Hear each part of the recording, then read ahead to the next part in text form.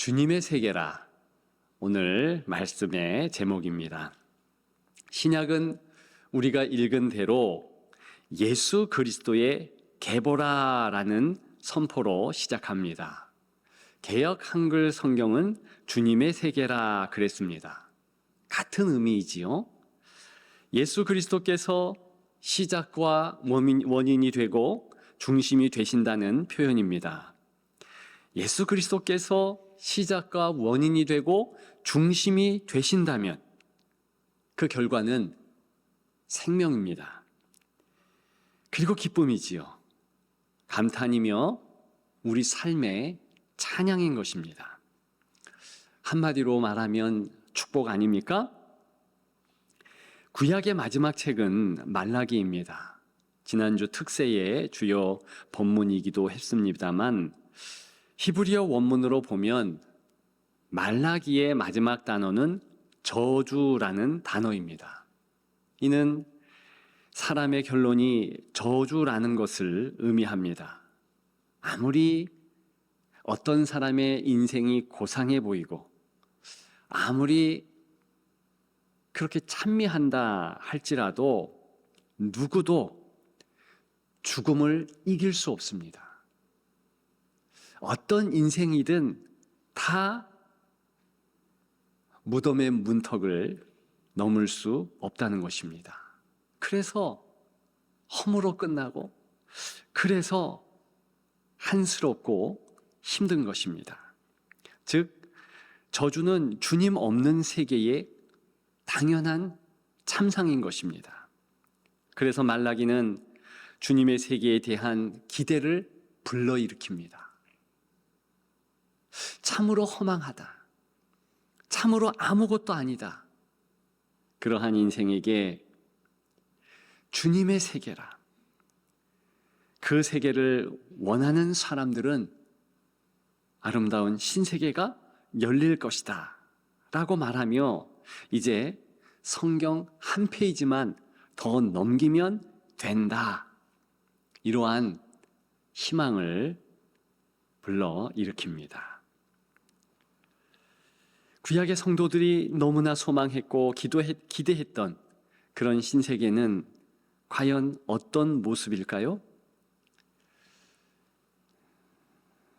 결론부터 말씀드리면 기대와 사뭇 달랐습니다. 그래서 너무나 차분했지요.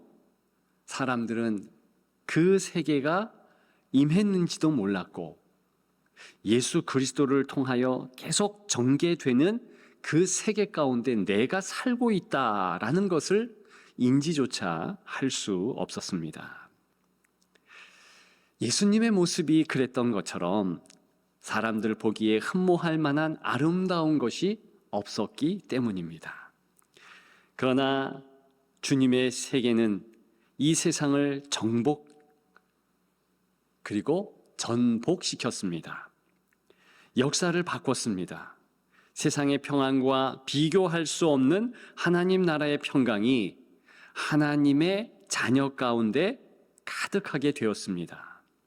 핍박이 있든 고난이 있든 환난이 있든 그것과 상관이 없이 넉넉히 이기며 살게 되었습니다. 주님의 세계라. 그 세계의 몇 가지 두드러진 특징을 살펴보십시다. 첫째, 시간의 역전이 일어난다는 것입니다. 사람에게 있어서 과거는 정말 중요합니다. 과거의 시간에 내가 어떤 행동을 했는가 반드시 현실, 현재, 오늘의 그러한 결과가 있게 됩니다.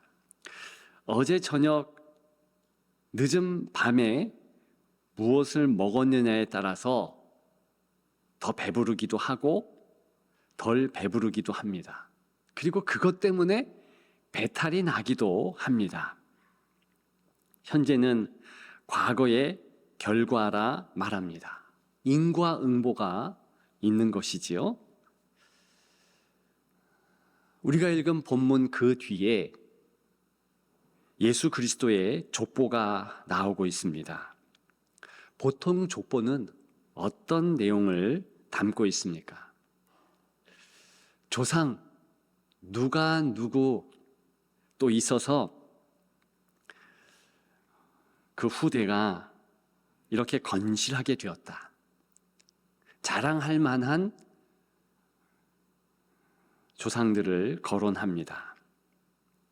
그 조상들의 노력과 땀, 그것 때문에 후대가 역시 건실하고 또 성실한 그러한 가문을 일으킨다.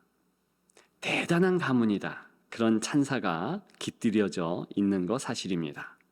그런데 오늘 본문의 예수 그리스도의 족보, 전혀 다른 의도가 담겨 있더라는 것입니다. 그것은 예수님 때문에 그 유명한 아브라함도, 그 유명한 다윗도 존재하게 되었다는 것입니다. 논리적으로 이상한 것입니다. 어떻게 과거가 원인이고 그 다음 시대가 결과일 수 있는데 이 세계는 결과가 앞에 나올 수도 있다는 것입니다.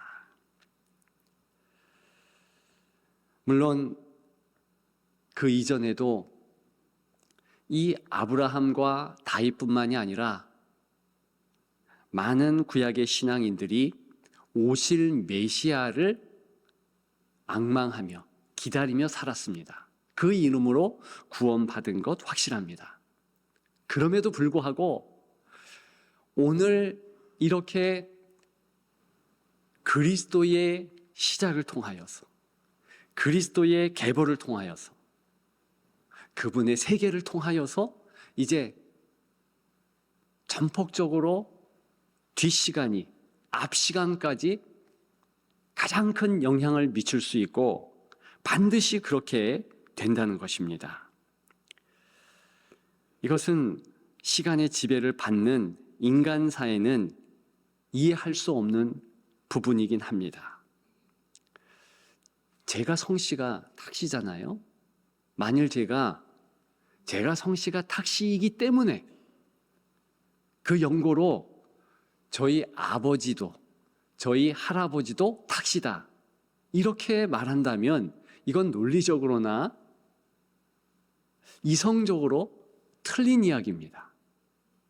할아버지나 아버지가 탁씨이기 때문에 저의 성씨가 탁씨인 것이지요. 그러나 오늘 본문의 내용은 시간의 창조주이신 예수 그리스도께서 이렇게 하셨다는 것입니다. 후대의 시간이 선대의 시간까지도 가장 큰 영향력을 끼칠 수 있다는 것, 이것이 주님의 세계의 특징이라는 것입니다. 신약 시대를 살아가는 오늘 주님의 세계 안에 살아가는 우리들에게는 더 확실하게 이 현상이 나타납니다. 주님께서 요한계시록 22장 20절에 진실로 내가 속히 오리라 이렇게 말씀하셨습니다. 그랬더니 성도들은 아멘 주 예수여 오시옵소서 그렇게 화답을 했지요. 어떤 뜻입니까? 이제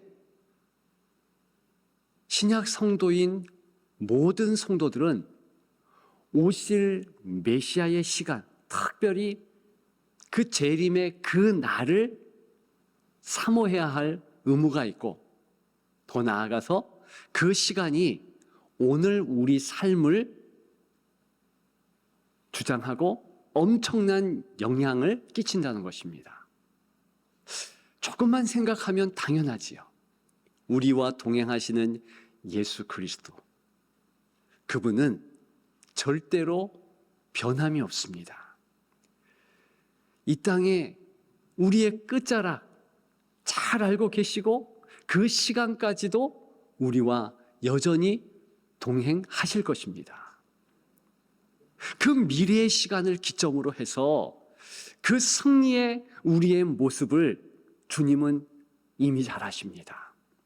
그리고 그때의 그 승리를 기준으로 삼아 오늘 우리가 믿음으로 그 모습 붙잡고 살아가기를 소망하신다는 것이지요. 그렇기 때문에 주의 날이 도적같이 이룬다라고 말하며 베드로후서 3장 12절에는 주의 날을 간절히 사모하라 그랬습니다. 이것은요, 그저 우리가 열망하고 또 열망하는 그런 내용을 이야기하는 것이 아니라 바로 그 훗날의 그날이 오늘 엄청난 영향력을 미치면서 그렇게 살게 된다는 것입니다. 그렇게 살아가는 모습이 당연하다는 것입니다.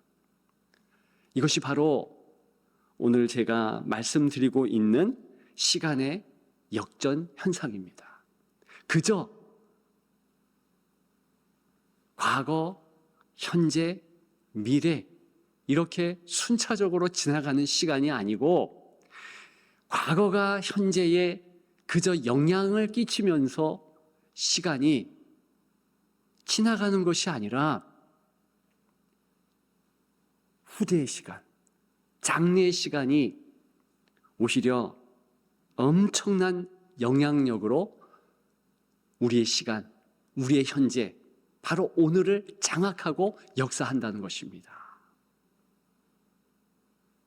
그러므로 우리는 장래의 우리의 기준점 되는 시간을 계속 생각하고 그 시간으로 오늘 한 날 조명하며 살아가야 하는 것입니다.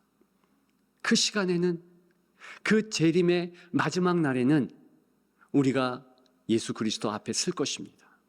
착하고 충성된 종아, 내가 너를 잘한다, 이런 인정을 받을 것입니다. 그리고 그분 품 안에 우리가 안길 것입니다. 바로 그 모습, 그때의 우리의 모습은 지금보다는 더 긍정적으로 변할 것이 사실이지요. 그리고 그 모습은 하나님 보시기에 가장 이 땅에서의 아름다운 모습일 것입니다. 왜요? 그날이 이 땅의 마지막 날이니까.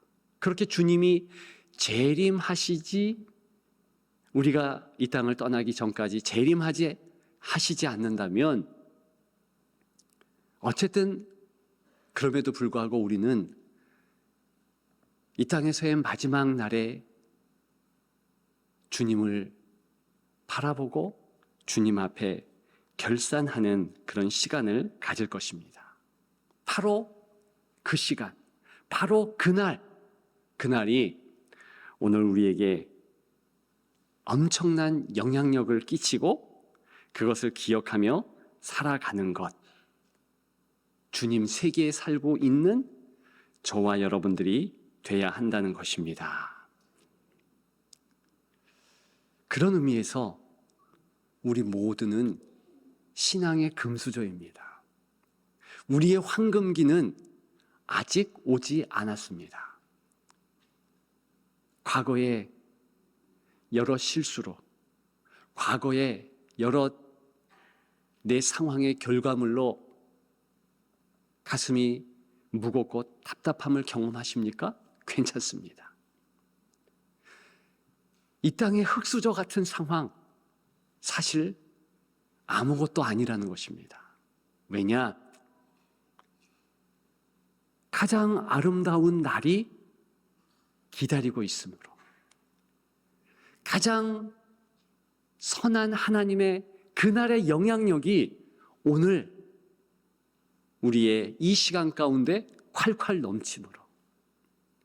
그래서 기왕 그날을 맞이할 것이라면, 기왕 우리는 그날에 가장 아름답게 변화된다면 오늘 어떻게 살아가야 합니까? 더 주님께 집중하고 더 하나님을 알아가고, 이틀 전 특세 때에 말씀드렸듯이 이 땅에서 남는 장사하며 살아가야 할 것입니다. 어디에 더 우리의 마음을 둬야 됩니까? 그날에 내가 반드시 그렇게 변할 것인데, 지금도 그날에 부족함 없이, 섭섭함 없이 견주어 더 그날 나의 모습과 이제 비교하며 그렇게 아름답게 최선을 다해서 사는 것, 이것이 성도의 모습인 것입니다. 두 번째, 주님의 세계, 신분의 역전이 일어납니다. 예수님의 계보, 2절부터 나오고 있는 그 계보 안에 5명의 여인들이 나옵니다. 5절에 다말, 라합, 룻이 나오고요. 6절에는 밧세바, 16절에는 마리아가 나오고 있습니다. 보통 족보는 가장인 남자들을 기록합니다.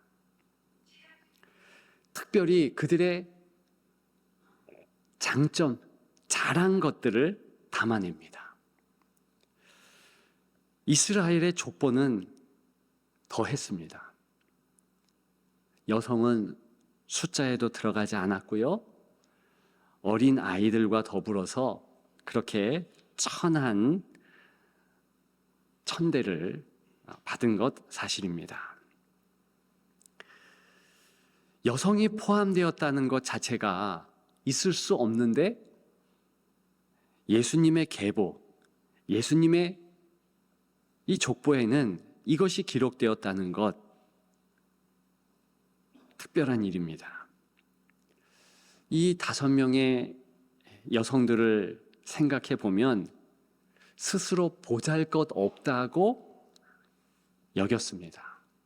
그리고 자신들의 삶 가운데 최선을 다하면서 그렇게 살아간 이들입니다. 보십시오. 라합은 이방인이며 기생이었습니다. 자기와 자기 가족의 안전 문제를 적군에게 담보할 수밖에 없는, 참으로 자신이 미약한 것을 너무나 잘 알고 있는 그런 여인이었습니다. 역시 룻도 이방인이며 과부였습니다. 그저 같이 과부된 시어머니를 의지할 뿐이었습니다. 자기의 미약함을 너무 잘 알고 있었습니다. 다말과 밧세바도 마찬가지였습니다. 그들은 절대적으로 평판이 좋지 않은 여인들이었기에 숨죽이며 살 수밖에 없었습니다. 물론 예수님의 육신의 어머니 마리아도 마찬가지였습니다. 처녀의 몸으로 성령으로 예수 그리스도를 잉태하였으나 그것 때문에 곧 파혼이 있을지도 모르는 그러한 위기가 있었습니다. 또한 그렇게 되면 돌에 맞아 죽을 수도 있었습니다. 어떤 시기에는 너무 조마조마했다는 것이지요. 그런 삶들을 산 이들이 가장 주목받지 못한 5명의 여인들의 삶이었습니다. 바로 그때 하나님 아버지께서는 그들을 주목하고 계셨습니다. 그리고 스스로가 낮다, 천하다, 나의 삶이 참으로 보잘것없다라고 하는 그들을 가장 높여주셨습니다. 바로 이것이 주님의 세계에 주목할 점이라는 것입니다. 마지막 세 번째, 저주의 역전이 일어납니다. 고대 유대인 남자들은요, 아침에 일어나서 세 가지를 감사드렸다 하지요. 이방인으로 태어나지 않은 것 감사, 종으로 태어나지 않은 것 감사, 여자로 태어나지 않은 것 감사. 다시 말하면 당시에 이방인으로 태어나는 것 저주라고 확신했습니다. 종으로 태어나는 것 마찬가지, 여자로 태어나는 것 마찬가지입니다. 이 부분이 조금 우리 문화와는 다른 듯합니다. 그리고 더하여서 저주스러운 상황, 이건 저주다라는 몇 가지 현실 상황이 있는데요. 일단 불치병에 걸린 것 저주입니다. 가난한 것 반드시 저주받았다라고 생각합니다. 이 두 가지는 오늘과 별반 다르지 않습니다. 우리 가운데도 우리 스스로가 이거 저주받은 것 같아, 그런 상황이 있지 않습니까? 지난 교회를 섬길 때에 제가 담당한 교구의 나이 지긋한 권사님은 자식 못 낳는 것이 그렇게 한이 되셨어요.